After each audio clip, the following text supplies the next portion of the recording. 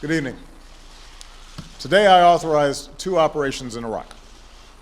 Targeted airstrikes to protect our American personnel and a humanitarian effort to help save thousands of Iraqi civilians who are trapped on a mountain without food and water and facing almost certain death.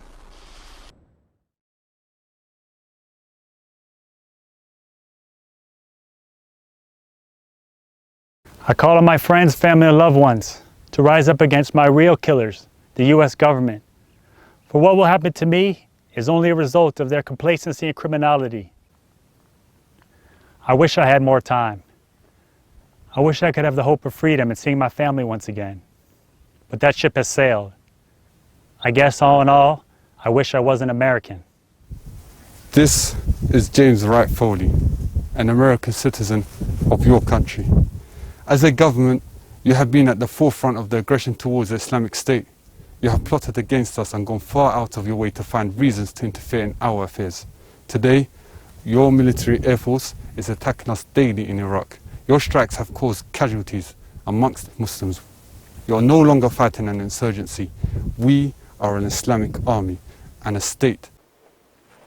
From this American citizen, Obama, depends on your next decision.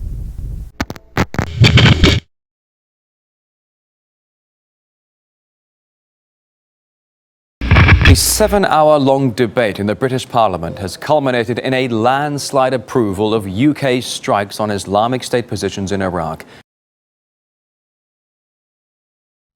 I am Alan Henning.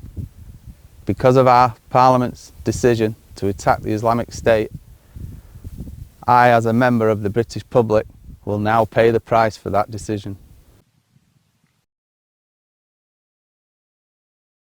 Obama, you have started your aerial bombardment in Sham, which keeps on striking our people. So it's only right we continue to strike the necks of your people.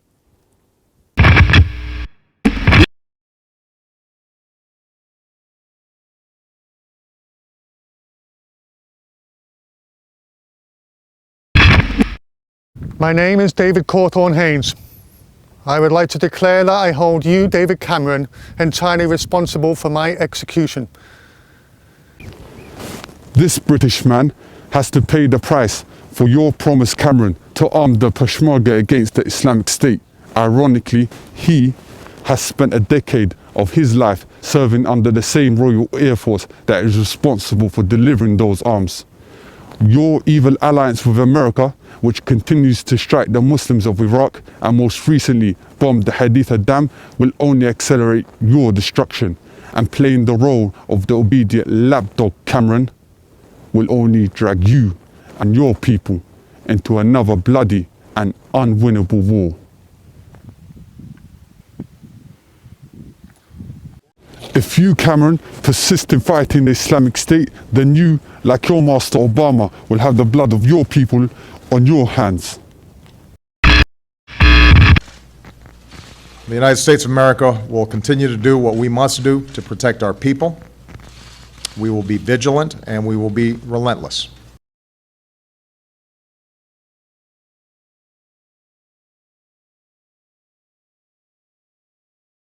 I am Stephen Joel Sotloff.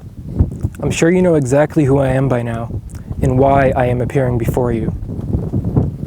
And now, it is time for my message. Obama, your foreign policy of intervention in Iraq was supposed to be for the preservation of American lives and interests. So why is it that I'm having to pay the price of your interference with my life? Am I not an American citizen? I'm back, Obama, and I'm back because of your arrogant foreign policy towards the Islamic State, because of your insistence in continuing your bombings in Al-Marli, Zumar and the Mosul Dam, despite our serious warnings. You, Obama, have yet again, through your actions, killed yet another American citizen. So just as your missiles continue to strike our people, our knife will continue to strike the necks of your people. We take this opportunity to warn those governments who have entered this evil alliance with America against the Islamic State to back off and leave our people alone.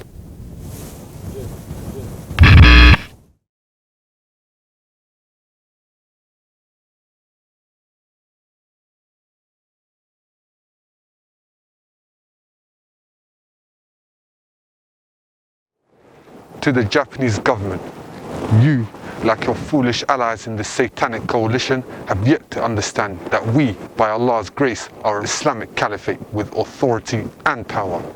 An entire army thirsty for your blood. Abe, because of your reckless decision to take part in an unwinnable war, this knife will not only slaughter Kenji, but will also carry on and cause carnage wherever your people are found. He has announced a multi-million-dollar aid and loan package to the Middle East and expressed concern about the spread of extremism in the region. The international community would suffer enormous damage if terrorism and weapons of mass destruction spread in the region.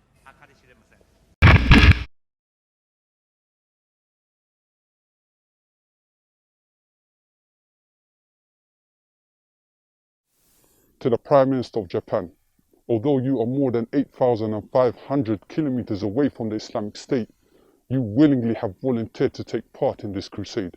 You have proudly donated 100 million to kill our women and children, to destroy the homes of the Muslims. So the life of this Japanese citizen will cost you 100 million.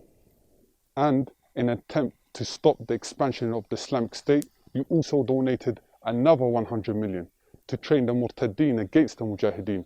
And so the life of this Japanese citizen will cost you another 100 million.